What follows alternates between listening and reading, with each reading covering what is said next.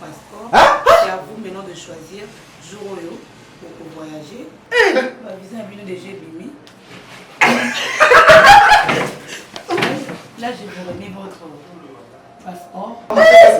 Donc, nettoyer na Wilfel Fondation. Une semaine quand il y a Bamba. Passeport est fini.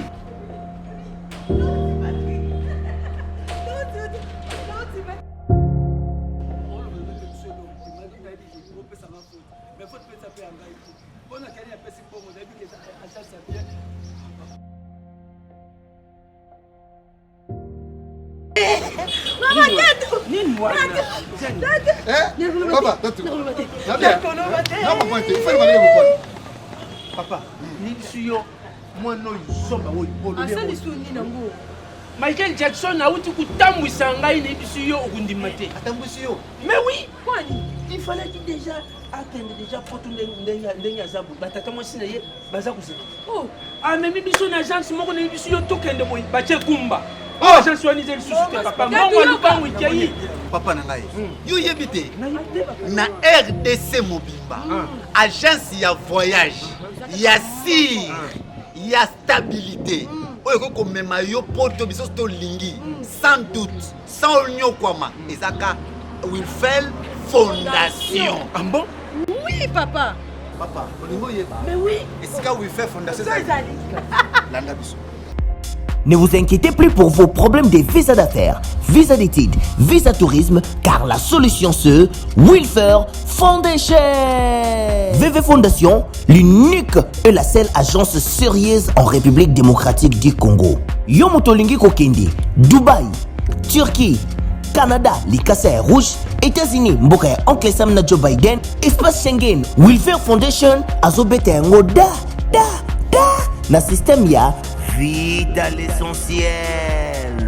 Na Wilfer Foundation, onga naza na famille dake ite esika ya kukomela, onga naza na mbongo ya moke ekokoka kutu te.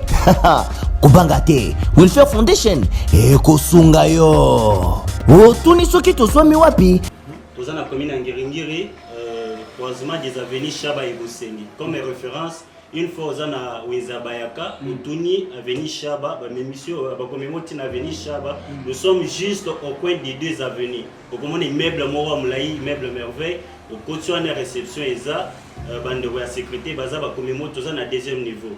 Toza kaka awate na Ngiringiri. Toza na agence mususu eza na Changu. Toza na Changu na Kimbuta juste ceux qui ont commis na Kimbuta, oazma ya Kimbuta, Prince Boulevard Lumumba. Au Kitimuke, au komona shop ya RTL eza na droite. Ceux qui ont liki kaka lopango ya shop où ilandi, au komona pancarte na biso eza na son au combattre lisusu na deuxième niveau. Donc toza makambo likolo. Niveau non, deuxième niveau ka. OK, pour le numéro, ko s'inquiéter na roté toza na deux numéros eza opérationnel na tanyo sto ko benga. Ya liboso eza plus 243 81 25 25 412 numéro mususu eza plus 243 85 71 71 11. Donc WhatsApp, contact na biso nyonso aujourd'hui sur la page Facebook ce que promis au comika ka wilferfondation.com page na biso eza na makambo nyonso ni ba na agence eza Wilfer Foundation, l'unique et la seule agence sérieuse en République démocratique du Congo.